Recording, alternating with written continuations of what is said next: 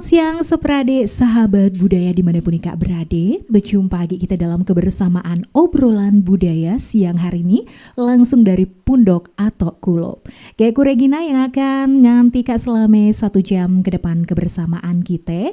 Dan tentu aku udah sendiri di sini karena kula dikanti ke narasumber kita tentu seorang budayawan Bangka Belitung, Bang Ahmadi Sopian atau yang lebih akrab kita sapa atau Kulop. Yolah pun langsung bela ku sapa sepradio narasumber kita di kesempatan obrolan budaya siang hari ini. Assalamualaikum, selamat siang atau Kulop. Waalaikumsalam, selamat siang. Kabar baik atau Kulop? Alhamdulillah kabar baik walaupun rada gelugut.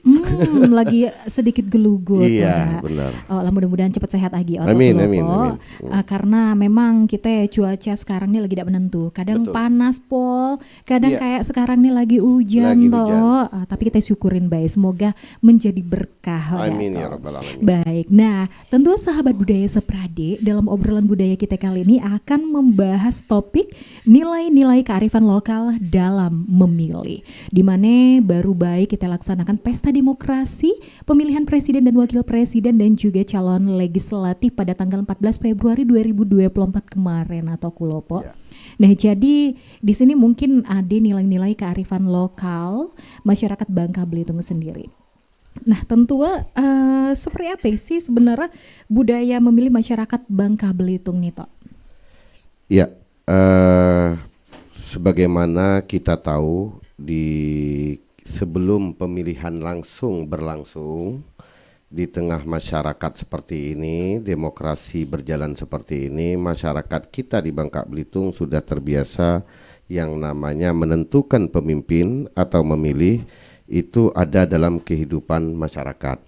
Misalnya pemilihan kepala kampung, pemilihan kepala negeri. Dulu sebelum ada beda dengan camat ya, kalau kepala negeri itu dipilih langsung oleh masyarakat sekecamatan. Oke. Kepala negeri. Kepala negeri. Itu ada waktu kapan, Tok? Zaman Orde Baru itu awal-awal itu sudah ada yang namanya kepala negeri. Kepala negeri itu boleh dikatakan seperti kepala adat.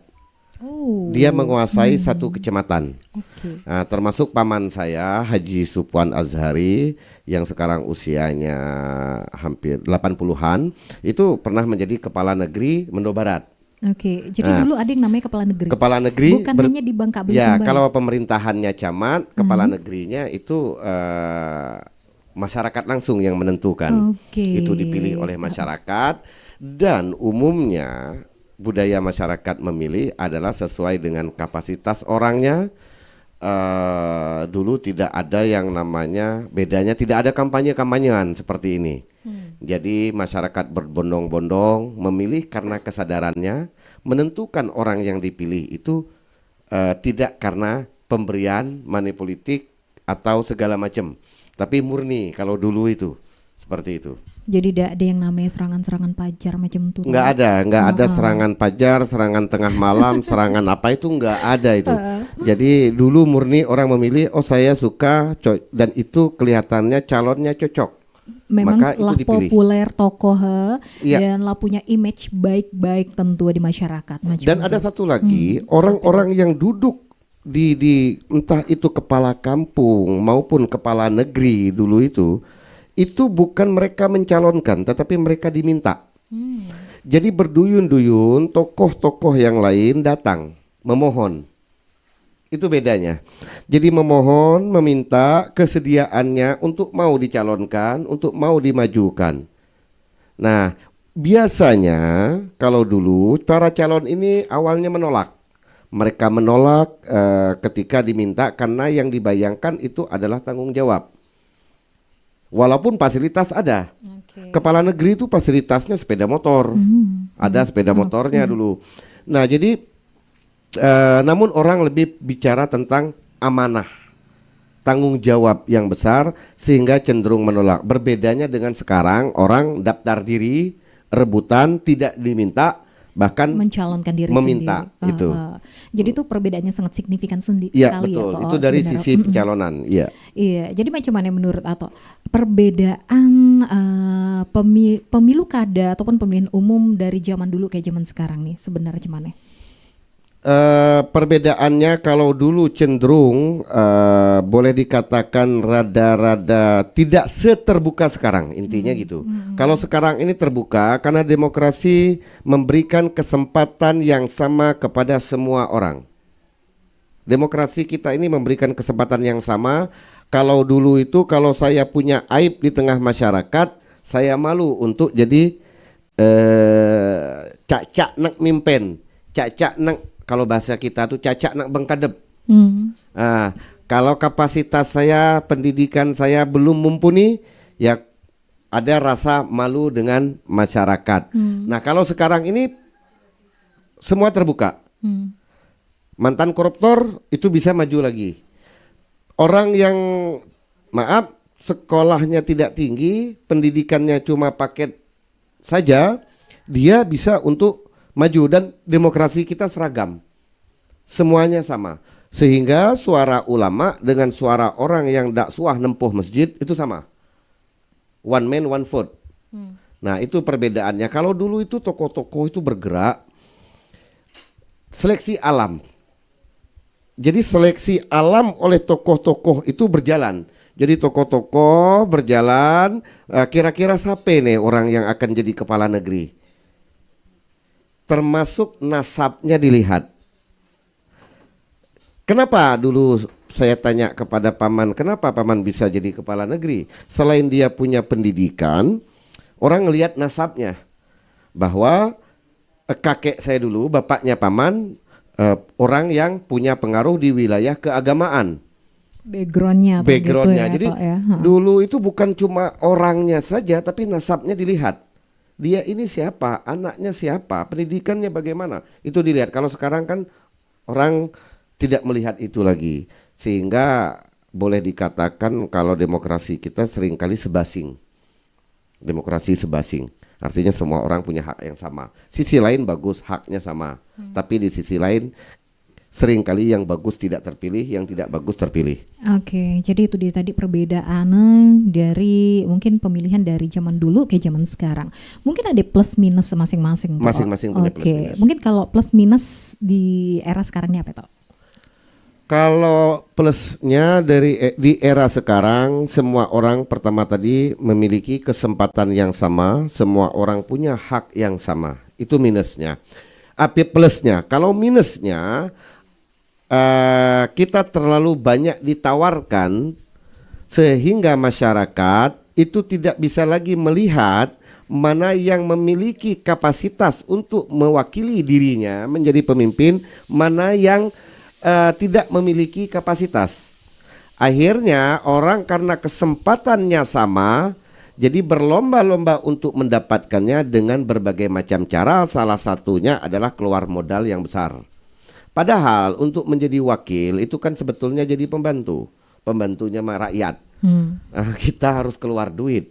Nah itu sebetulnya mereka adalah pelayan. Untuk menjadi pelayan mereka harus keluar duit. Tetapi kalau enggak kayak gitu, bahasa kita pahit orang kayak milih ya.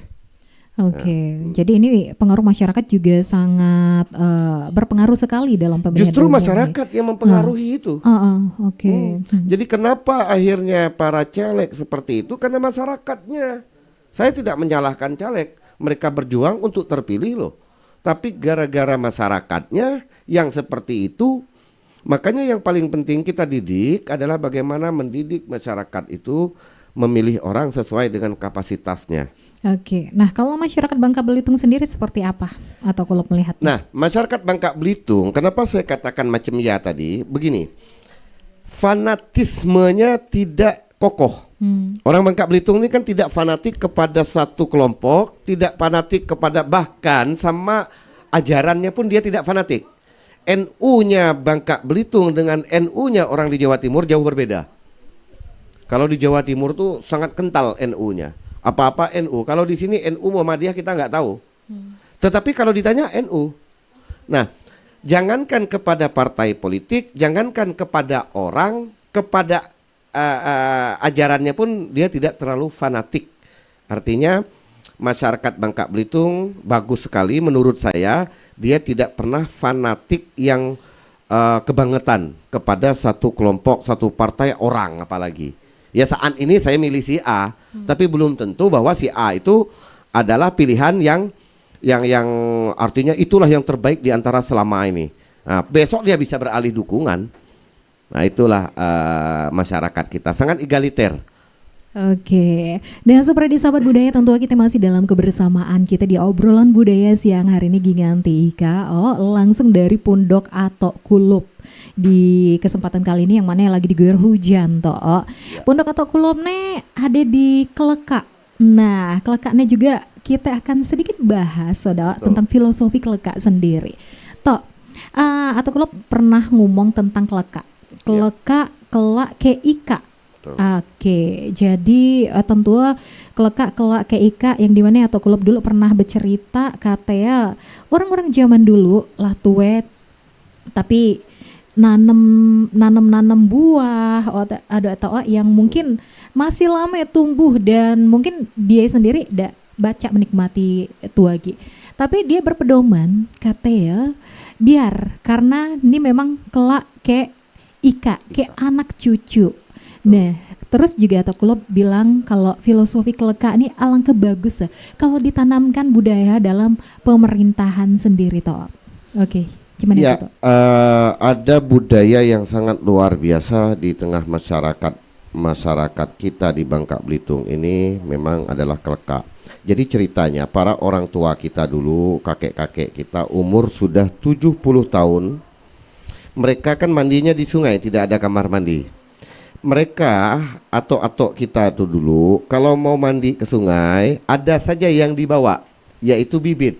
Bibitnya dapat dari mana? Dari kebun.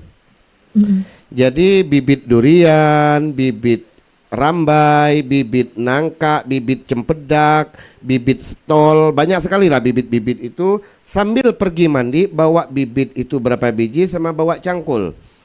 Lalu dia tanamlah di tanah milik dia yang tidak begitu jauh dari air yang dia mandi. Nah, segala macam jenis buah-buahan itu ditanam. Ditanya sama kadangkala diolok kan oleh cucu-cucu. Tok, umur lah 70 lebih tahun, agi bertanam lah. Lah nanam macam ni, semile kek menikmati, semile kek makan atau ga umur lah macam ya. Artinya kan cucunya tahu bahwa atau ini nanam bukan apa percuma. Percuma saja nanam mau sebentar lagi mati. Walaupun kita tahu mati itu enggak tergantung umur kan. Dijawab oleh cucu, ini bukan untuk ato, ini ke ika. Maka itulah kelak ke ika. Keleka itu adalah kelak ke ika. Makanya keleka itu cenderung dibuat oleh ato untuk cucu, bukan bapak kepada anak. Jadi keleka itu dibuat oleh Ato untuk cucu-cucunya. Makanya kita sering lihat orang nyebut ini keleka Ato. Nah, kembali ke pertanyaannya tadi. Ya, betul. Makanya pohon-pohon buah-buahan besar. Kebun akek kita. Nah, kalau kita lihat dari pertanyaan tadi bahwa bagus nggak ini untuk kepemimpinan, justru ini yang paling bagus. Kenapa? Visioner. Pemimpin itu ya adalah orang yang harusnya visioner. Belajar kita kepada atok kita, kepada akek kita. Mereka tahu bahwa mereka tidak menikmati itu, tapi mereka lakukan. Ini kan visioner banget. Bahkan untuk cucunya, keturunan kedua. Bukan keturunan pertama. Dia sudah berpikir kepada keturunan yang jauh di bawah dia, bukan kepada anak. Sedangkan anak menikmati dari kakek yang kemarin, bapaknya gitu kan. Jadi artinya seorang pemimpin ketika filosofi Keleka ini dibawa ke ranah pemerintahan, maka kita belajar tentang visioner. Bagaimana orang-orang tua bisa meletakkan dasar agar cucu-cucunya, bukan anak-anak ya, cucu-cucunya itu pertama paham bahwa buah-buahan itu kebutuhan. Yang kedua, dak maling atau dak ngambil di keleka orang. Dia takut sekali cucu-cucunya kelkak orang yang dibantai nanti karena atoknya tidak bertanam. Ya.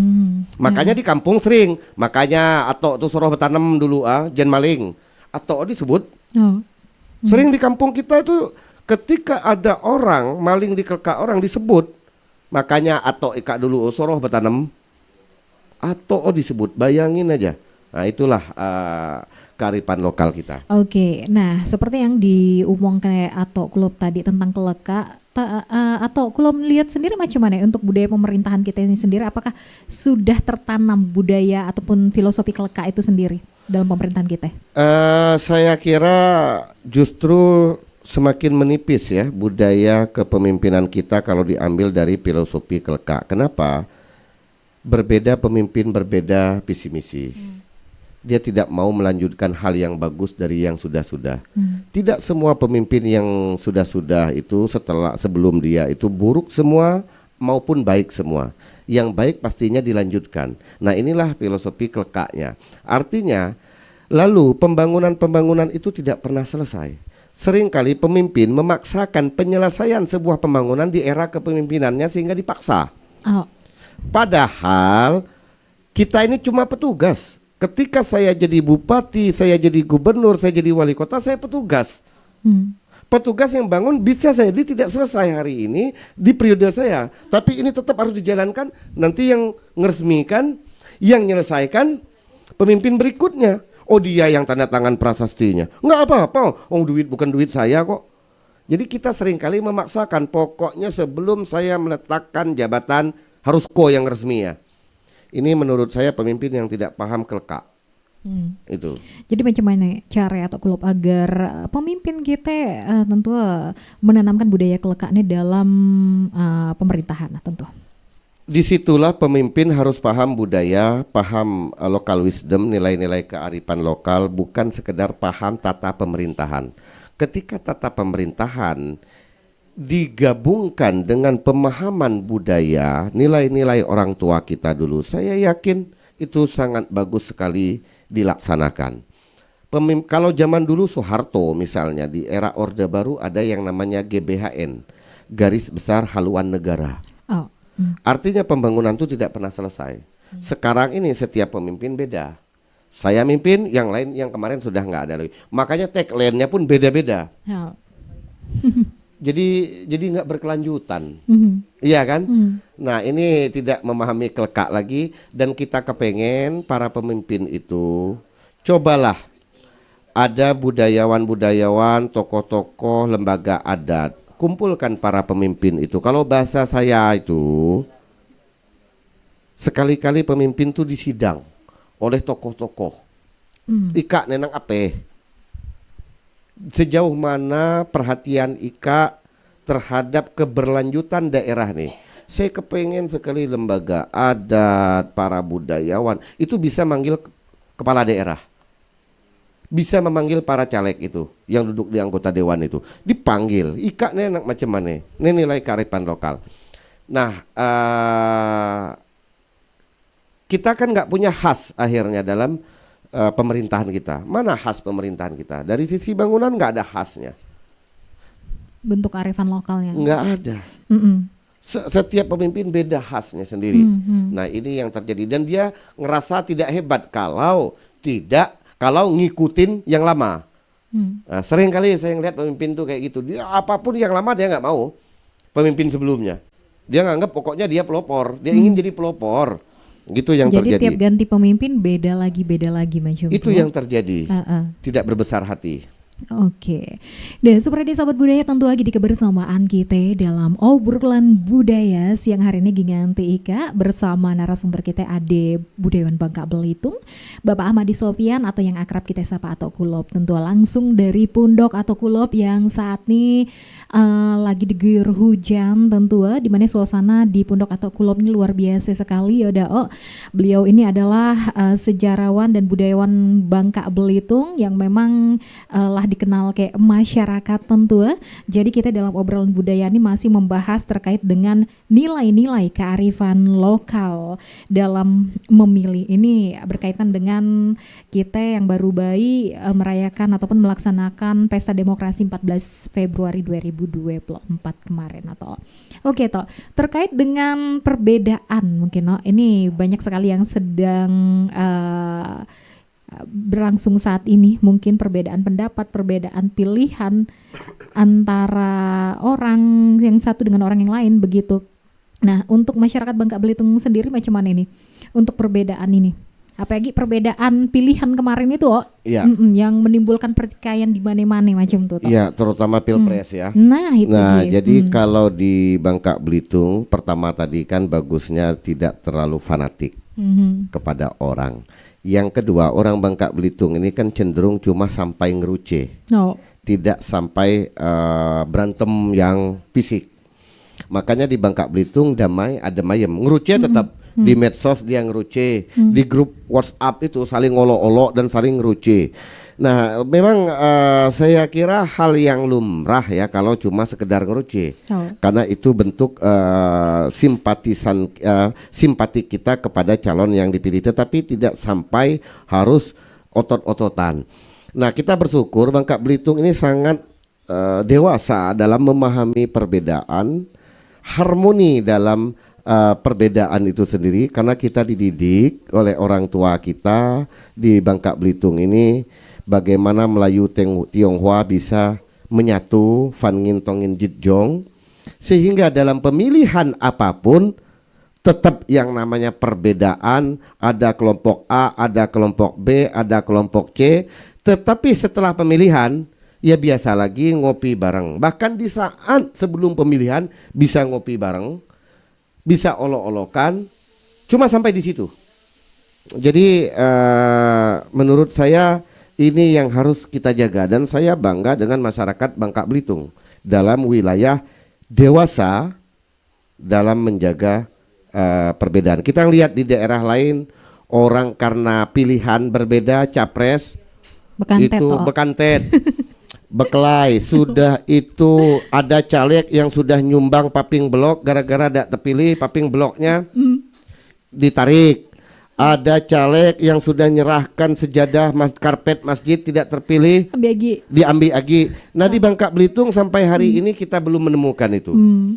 Karena Bangka Belitung pertama wilayahnya kecil, gampang sekali diketahui, dan jadi bahan pembicaraan itu bisa seumur hidup sampai mati. Makanya orang takut. Caleg itu kalau sudah ngasih ya udah ngasih. Jadi mau terpilih mau tidak akan diambil lagi. Kalau diambil itu seumur hidup dicap orang. Sampai dia mati. Itu makanya daripada malu seumur hidup, mendingan malu saat kalah saja. Oke, jadi di Bangka Belitung sendiri tidak ditemukan hal-hal yang seperti itu. Tidak deh. Bahkan caleg yang kalah itu pacak diolok kawan. Dan dia tidak berani, paling kesal aja gitu kan, diolok kawan, terutama di grup WA. Ngirit kaleng atau ngirit kaleng, kata kawan, dak kok ngirit drum katanya kan, taruh fotonya pakai drum gitu kan. Nah, jadi artinya kedewasaan mereka dalam perbedaan itu cukup luar biasa. Jadi kalau kata kawan, kalau caleg sudah kalah, justru jangan menghindar, tetap datang ke kawan-kawan. Walaupun diolok 1-2 hari itu pasti diolok gitu kan. Bahkan kepolisian juga sempat ngomong bahwa di daerah Bangka Belitung ini aman, kondusif walaupun dalam pemilu sekalipun macam tuh. Betul. Belum pernah ditemukan hal-hal yang mungkin yang kriminalitas ataupun apapun belum pernah ditemukan di sini. Atau karena masyarakatnya yang memang masyarakatnya sangat dewasa dalam hal-hal perbedaan. Contoh kecil aja, listrik mati berulang kali, diajak demo, mereka nggak mau demo. Ikalah lu, kami dukung. Nah, itulah. Cuman ngeruce Tapi di medsos seperti Facebook, Instagram, grup WA. Jangan tanya, itu sampai sumpah mencadin lah, dikantet petir lah, apa. Itulah sumpahnya. Tapi sampai di situ. Cobalah misalnya listrik mati, PLN kan disumpah. Kantet lah petir lah katanya kan, apa segala macam, biarlah dikantet mencadin. Cuma sampai di situ, diajak demo enggak? Suruh datang ke kantor enggak dia. Cuman sampai ngeruce surang, Ngeruce, Bay. Jadi itulah bentuk kearifan lokal dari masyarakat Bangka Belitung toh. Iya, Jadi ngeruce. cuman ngeruce Bay batasnya di situ. Ngeruce, Bay. Diajak demo, Udah ikat lah kau dulu. nyusah. Kami dukung kan demo, tapi nyada ikut. Nah, itu. Oke. Nah, selain ngeruce tadi mungkin ada bentuk kearifan lokal apa Bay yang dimiliki oleh masyarakat Bangka Belitung nih toh? Saya kira ada nilai-nilai yang baik lagi adalah ketika bisa duduk bareng. Pertama karena wilayahnya kecil, orangnya sedikit. Artinya lejok mana agak kawan. Ditaruh kita nongkrong dimanapun ada kawan yang berseberangan dengan kita. Jadi apa pilihannya ketika berseberangan kita menghindar? Tidak mungkin. Akhirnya bisa duduk bareng. Makanya antar caleg berbeda partai maupun sama partai itu bisa ngopi bareng. Karena setempoh tidak sengaja. Nah, itulah bagusnya kita tinggal di wilayah kepulauan yang kecil. Nak bekelai lain umana, kawan dia juga kawanku. Seperadik dia juga seperadikku. Sehingga bisa duduk bareng. Nah, itulah bagusnya. Kenapa ini bisa terjadi? Karena orangnya sedikit, wilayahnya kecil. Oke. Nah, tadi juga selain tidak fanatik, yang tidak fanatik tadi jadi mungkin kan ada tipe-tipe kita untuk memilih pemimpin macam tuh. Tapi masyarakat Bangka Belitung sendiri tidak ada fanatik macam tuh toh. Tidak fanatik. Jadi orang Bangka Belitung ini sangat berdaulat, sangat merdeka. Pilihan dia tentukan sendiri. Dia tidak terlalu fanatik A, B, C bahwa A yang paling hebat, paling ini. Itu biasanya hanya segelintir saja. Hanya segelintir, tidak menyeluruh ke masyarakat. Hanya kelompok kecil-kecil. Sedangkan orang Bangka tidak bisa diarah-arahkan. Makanya kelompok kecil ini tidak pernah membesar.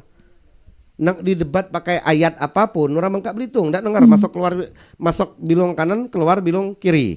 Jadi itulah orang Bangka Belitung. Kau udah mau pakai ayat apapun, tetap percaya ke dirinya lah.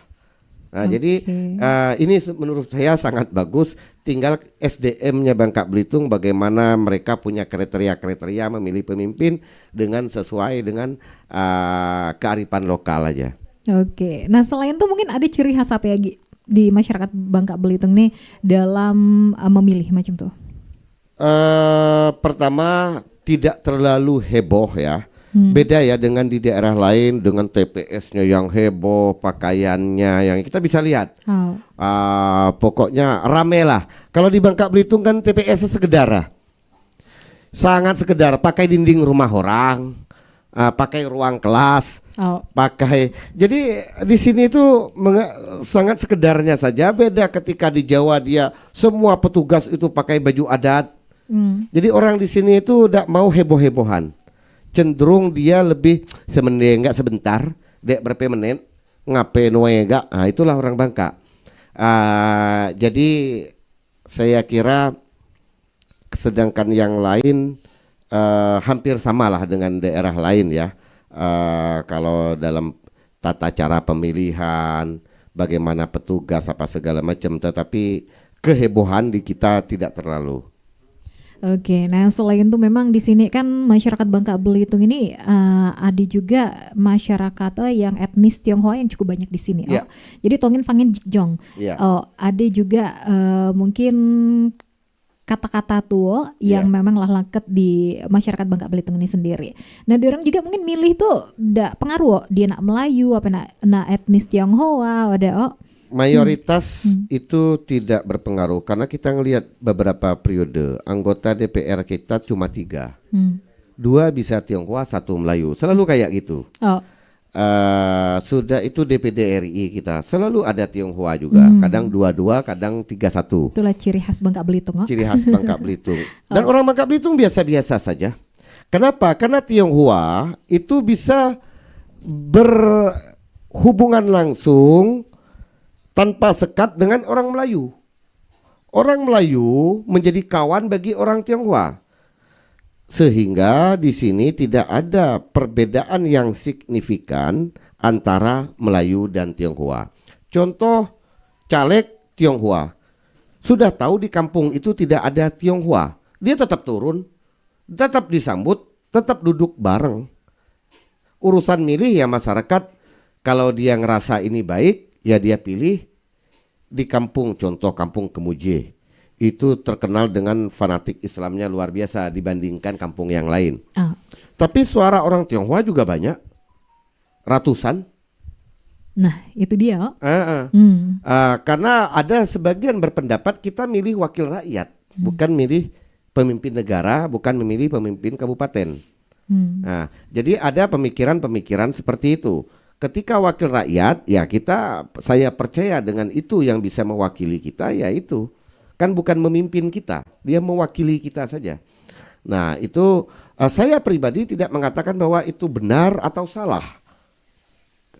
Artinya memang hak orang untuk menentukan pilihan masing-masing. Beda ketika kita sudah memilih yang memimpin betulan seperti kepala daerah, mungkin agak sedikit keras biasanya.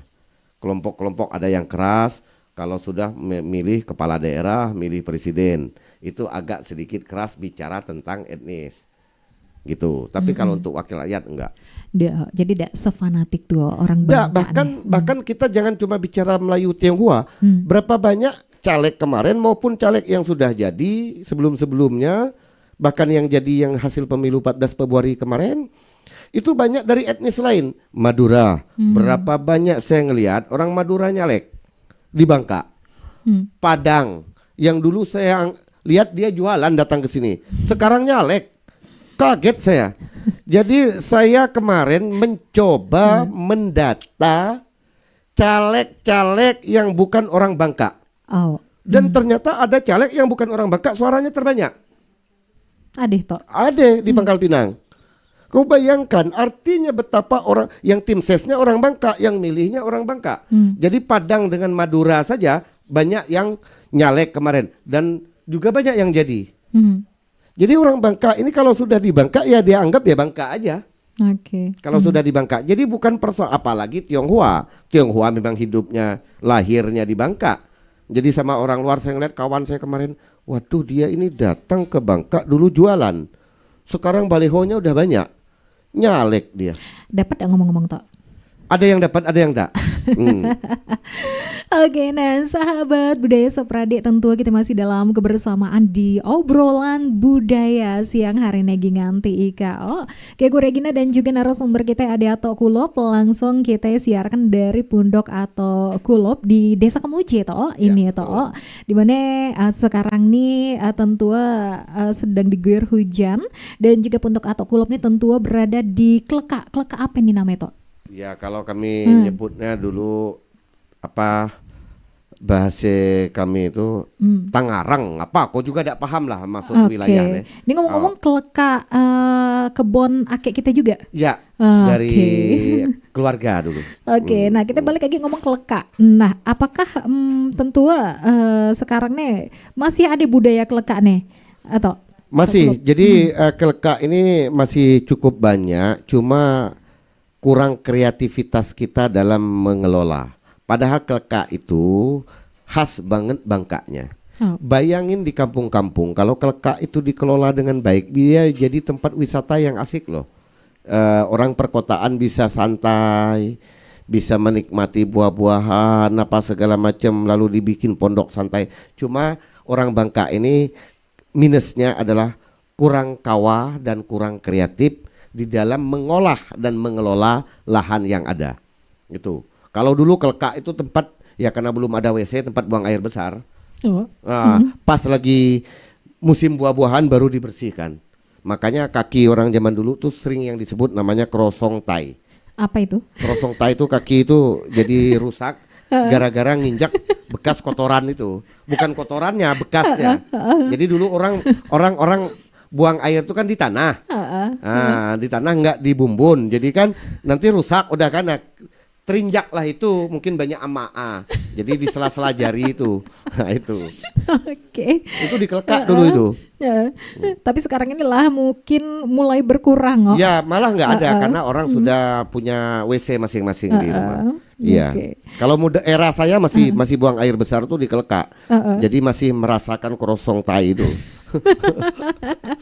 Oke, kelak ke Ika yang dimana memang dari zaman-zaman dulu ake-ake atau penatok kita yang memang lah bertanam sejak zaman dulu yang dia bukan untuk diri dia sendiri tapi untuk anak cucu kelak. Cucu-cucu kelak bahkan toh. Jadi visioner tadi toh tujuannya tadi bukan untuk dia tapi untuk ke depannya, untuk anak cucu menikmati hasil lah. Dan itu juga yang diharapkan ada ditanamkan dalam budaya kepemimpinan sendiri khusus Bangka Belitung nih toh. Oke, jadi macam mana cara ya untuk menerapkan budaya keleka ini toh? Seperti yang Atok bilang tadi, nak dipanggil-panggil lu kepala daerah nih. Oh, apa tuh namanya anggota legislatif Skaben toh, nak ditemukan dengan tokoh-tokoh adat, budayawan segala macam-macam tuh toh. Ya, selain itu kepala daerah harus punya blueprint bahwa Bangka Belitung ini karakternya apa, itu yang harus diangkat sehingga pembangunannya bisa berkelanjutan. Jadi rancangan pembangunan Bangka Belitung 50 sampai 100 tahun ke depan sebetulnya sudah harus dibikin. Harusnya kalau pemimpinnya itu tidak ego sektoral, kalau bisa pemimpin yang berkumpul bersama para tokoh. Ada satu momen mungkin disiapkan waktu, disiapkan tempat, lalu merapatkan bagaimana pembangunan Bangka Belitung 50 sampai 100 tahun ke depan. Bagaimana budayanya, bagaimana kearifan lokalnya. Salah satunya adalah keleka tadi. Bagaimana kita mengelola keleka supaya tidak hilang sekarang ini kan sudah banyak keleka sudah dijadikan kaplingan. Kita udah ngelihat PC masuk alat berat langsung dijadikan kapling. Kenapa? Anak-anak cucu-cucu sudah berbagi warisan sehingga keleka atoknya sudah dikapling, dibelah-belah, dikapling, akhirnya dibuat perumahan. Nah itu yang terjadi. Pemerintah sendiri harusnya dia harus punya keleka di tengah masyarakat, di lahan yang dimiliki oleh pemerintah. Pemerintah punya nggak keleka? Pemerintah sendiri tidak punya keleka. Padahal pemerintah begitu banyak lahan-lahan yang tidak produktif, yang nganggur. Bayangin kalau itu dijadikan keleka milik pemerintah. Lalu pemerintah menjadikan contoh, karena orang Bangka Belitung ini harus ngelihat contoh bagaimana memanfaatkan keleka menjadi enak, menjadi asik, tempat orang santai, menikmati. Saya membayangkan pemerintah tuh punya keleka di lahan yang mana milik pemerintah. Disitulah memberi contoh, gini loh cara ngelola keleka, nah, gitu. Jadi semuanya harus turun tangan, tidak hanya kepala daerah, legislatif, eksekutif, tetapi di sisi lain para budayawan, tokoh agama, sejarawan itu bisa duduk bareng. Saya lama mengusulkan ini sebenarnya supaya membuat konsep evaluasi evaluasi yang sudah-sudahlah, kita nggak perlu menjelek-jelekkan yang sudah, tapi ke depan siapapun yang mimpin tetap jalan gitu loh maksudnya. Siapapun yang mimpin, jadi kita konsepkan 50 sampai 100 tahun. Jadi artinya kita sudah, kalau seperti itu artinya kita sudah jadi atok-atok yang lagi buat keleka tadi. Sebenarnya ingin saya katakan seperti itu. Mari kita jadi atok-atok yang membuat keleka. Yaitu apa? Rancangan pembangunan Bangka Belitung 50 sampai 100 tahun. Emang saya nyampe 100 tahun, 50 tahun. Nggak bakalan nyampe. Tapi ini anak cucu kita yang akan menjalankan nanti. Nah, itu bagian keleka di wilayah konsep dan pemerintahan. Belajarnya dari mana? Dari keleka atau tadi. Dia nanam pohon sampai umur 71, 72 tahun baru bertanam. Secara logika ngapain dia nanam? Iya kan? Nah, itu kayak menikmati macam itu. Iya, tidak akan pernah menikmati. Iya, jadi ini memang budaya keleka ini harus benar-benar ditanamkan dalam jiwa kepemimpinan macam itu. Betul. Oke, jadi harus ada evaluasi menurut tuh saran dari Atok sendiri untuk bertemu mungkin di beberapa bulan sekali. Kayak budayawan, tokoh agama, tokoh adat macam tuh. Sebetulnya diluangkan waktu, bukan harus rutin. Diluangkan waktu sekitar setiap orang membawa konsep, lalu ada yang memandu, merancang pembangunan Bangka Belitung. Dengan filosofi keleka tadi. Kenapa kita ada di sini? Karena kita ingin membuat keleka. Keleka itu berbentuk pembangunan, pemerintahan. Nah, mungkin saya kira bisa 4-5 hari ngumpul itu para tokoh-tokoh itu bersama para kepala daerah. Ini konsepnya ke depan. Sehingga siapapun yang memimpin, konsep itu harus dijalankan. Sehingga Oke. pembangunan itu tidak pernah berhenti ya. Mungkin harus ada program kelekak nih. Ya, Tok, ke betul, depan. program kelekak. Mungkin harus dibicarakan lebih lanjut nih, kayak pemimpin kita. Harusnya ini seperti itu. Ini termasuk bentuk kearifan lokal loh, Tok ya. Saya sebenarnya begini, saya sering kali ingin sekali dialog seperti ini tuh langsung ada orangnya. Saya ingin ngomong tuh ada di depan saya itu ada gubernur, ada bupati. Kadangkala kan saya ngomong kayak gini tuh sering merasa ngapain juga. Saya kepingin tuh di depan saya tuh bupati, di depan saya tuh gubernur, anggota dewan. Nah saya ngomong kayak gini. Kelak kita agendakan lagi Tok. Biar kelak lebih jelas langsung sampai ada obrolan kita nih Tok. Oke. Tentang program kelekaknya yang mungkin harus ditanamkan dalam jiwa kepemimpinan seperti itu. Oke. Ya mungkin selama ini kan ada program ini itulah, belum ada yang namanya program kelekak. Belum. Bisa ini Tok. Belum. Jadi sekarang ini kan cuma penanaman pohon di tanah yang reklamasi apa segala macam. Tetapi saya mengapresiasi ya PJ Gubernur yang sekarang Pak Safrizal ya. Beliau sering diskusi malam-malam dengan saya dan beliau juga sudah mulai menjalankan program itu macam mana bertanam buah-buahan di wilayah perkantoran dan lahan milik pemerintah. Itu sedang lagi dikonsepkan dan saya termasuk ada di dalamnya itu. Dia tahu bahwa dia nggak berapa lama di sini, tetapi saya ingin meninggalkan ada tempat di mana nanti ketika suatu saat saya datang ke Bangka ini, saya ngelihat itu buah-buahan, dia bilang. Karena tanah Bangka subur, gitu. Dan dia ngelihat tanah Bangka ini sangat subur, makanya dia ingin membuat program itu. Tapi namanya bukan kelekak, belum kelekak ya namanya. Tapi sekarang juga memang sudah kita lihat mulai ya program itu dijalankan. Ya, mulai. Dari yang kemarin itu ada penanaman cabai secara ya ini tadi. Kalau cabai guna menekan inflasi kan. Tetapi yang kita bicarakan ini adalah tanaman yang lama. Buah-buahan mungkin itu. Dimulai dari itu. Dan kelekaknya mungkin diagendakan mungkin. Betul. Oke. Nah, Tok, kita masih membahas tentang nilai-nilai kearifan lokal dalam memilih macam tuh, Tok. Terus juga mungkin ada kebiasaan-kebiasaan masyarakat Bangka Belitung nih, bentuk kearifan lokal apa lagi yang mungkin ada saat pemilu kemarin, Tok?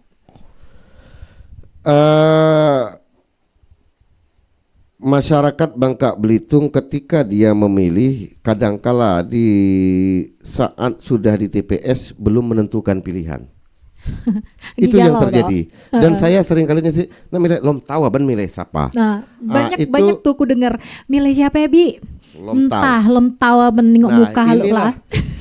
Masyarakat Bangka Belitung karena kebetulan saya termasuk orang yang keliling ke TPS. Milih siapa lom tahu ben tapi yang ne ko milih sini untuk ne. Paling mereka menentukan itu di presiden.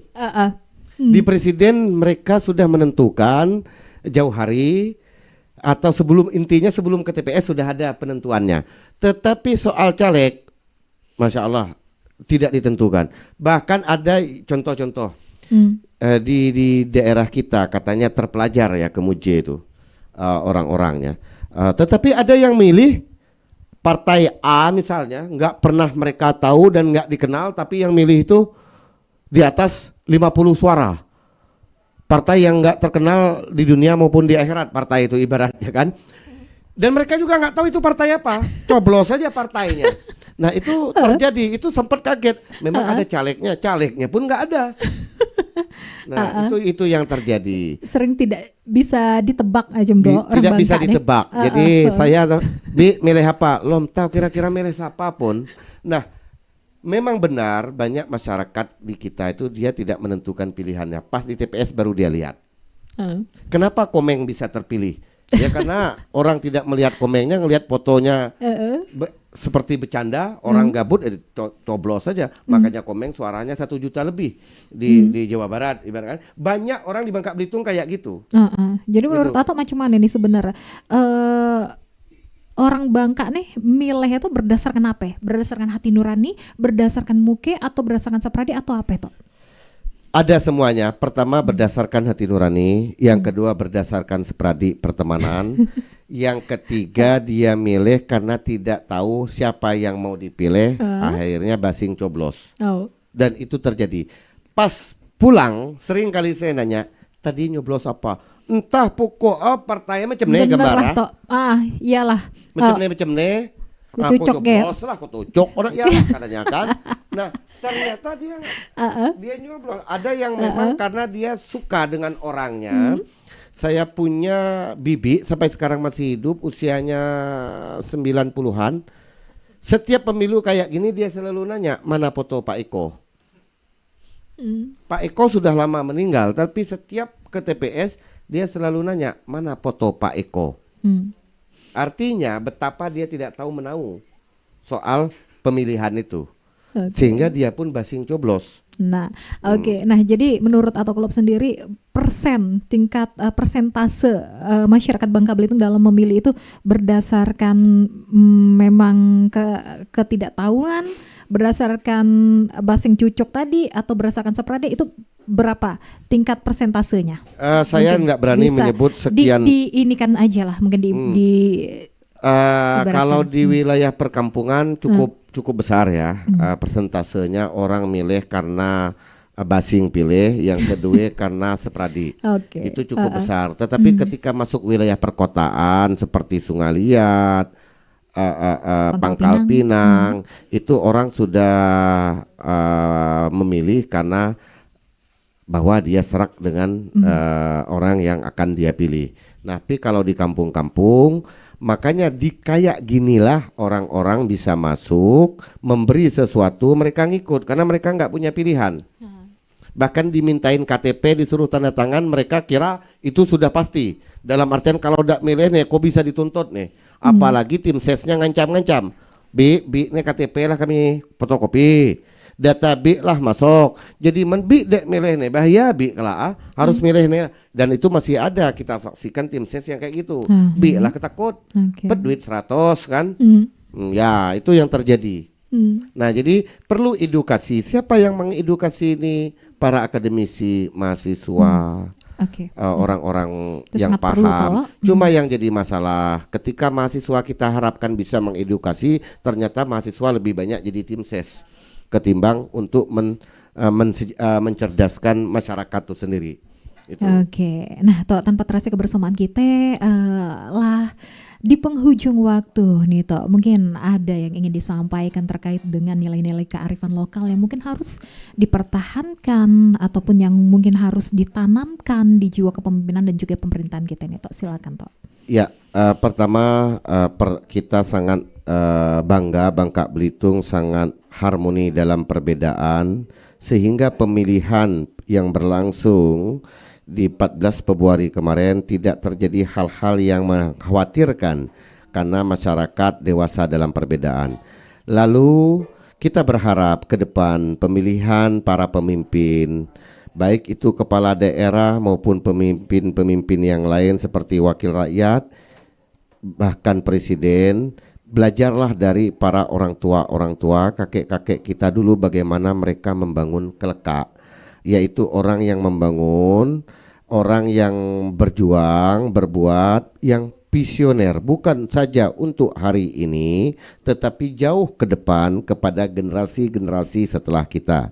Kalau kita menemukan orang-orang yang berpikir jauh ke depan untuk generasi berikutnya, itulah pemimpin. Jangan hanya orang yang berpikir sesaat. Nah, keharmonisan harus dijaga karena tanpa keharmonisan seperti sekarang ini, maka kita akan merasa tidak nyaman dan pasti tidak aman. Nah, dengan nilai-nilai kearifan lokal dan budaya, ketika kita memilih pemimpin, karena kesadaran kita akan nilai-nilai kearifan lokal, maka insya Allah yang kita pilih yang sesuai dengan hati nurani kita, yang sesuai dengan kebutuhan daerah kita. Yang tahu daerah kita yaitu orang daerah itu sendiri. Oke, mungkin pesan untuk masyarakat Bangka Belitung, Tok, silakan. Ya, jangan pernah melupakan nilai-nilai budaya di tengah kehidupan kita, baik di dalam berumah tangga maupun di dalam kehidupan sosial di lingkungan, maupun di dalam berbangsa dan bernegara. Indonesia itu kaya dengan budayanya. Ketika budaya ini kita angkat, terus-menerus kita terapkan dalam kehidupan kita, dia pasti jadi lem perekat. Bhinneka Tunggal Ika itu karena budayanya. Indonesia ini lem perekatnya adalah budaya, bukan agama, bukan pidato A, B, C, D segala macam, tetapi lem perekat itu adalah budaya. Budaya itulah kekayaan Indonesia yang kalau sampai Indonesia tidak kelihatan karakter budayanya, maka Indonesia selesai menjadi Indonesia. Oke, terakhir mungkin pesan dan harapannya kepada yang terpilih nanti. Bagi yang terpilih, jangan pernah merasa bahwa Anda terpilih, Anda yang terbaik. Karena apa? Karena demokrasi kita masih berpikir berkutat soal kursi, belum prestasi. Oleh karena itu tunjukin kepada masyarakat prestasi ketika Anda memimpin. Kursi sudah diraih, tinggal bagaimana prestasinya. Yang tidak terpilih masih banyak kesempatan, dan itulah demokrasi yang harus diterima dengan lapang dada. Sebab Tuhanlah yang menentukan mana yang terbaik buat kita. Mungkin kita menganggap bahwa menjadi anggota dewan itu yang paling mulia. Enggak melulu bahwa menjadi pejabat itu mulia. Banyak kita lihat orang-orang yang tidak menjadi apa-apa malah mulia di tengah masyarakat. Nah, yang terpilih itu diberi kesempatan untuk berbuat. Andai kata para anggota dewan itu ketika dia terpilih, dia kembali turun bersama masyarakat, lalu dia didik masyarakat, dia punya anak asuh yang dia didik, lalu dia tunjukin pemahamannya tentang daerahnya, pembangunan masa depannya, saya yakin besok-besok itu tidak perlu baliho. Dan yakinlah baliho itu hanya sekedarnya, tetapi ketika bisa ngopi bareng masyarakat di kampung, itu jauh lebih disenangi. Oke, luar biasa sekali. Baik, terima kasih banyak Pak Ahmadi Sopyan atau akrab disapa Atok Kulob atas kesempatannya tentunya dalam obrolan budaya siang hari ini bersama RRI Pro 4 Sungai Liat Bangka Belitung dengan topik nilai-nilai kearifan lokal dalam memilih. Semoga apa yang disampaikan tentunya bisa bermanfaat untuk kita semua. Amin, amin. Dan seperti sahabat budaya, sampai di sini kebersamaan kita di obrolan budaya siang hari ini bersama saya Regina Rizky dan juga narasumber kita Atok Kulob langsung dari Pundok Atok Kulob di Klekak Kampung Kemuji ini. Dan akhir kata kami yang bertugas mengucapkan terima kasih atas kebersamaan Anda. Selamat siang dan sampai jumpa.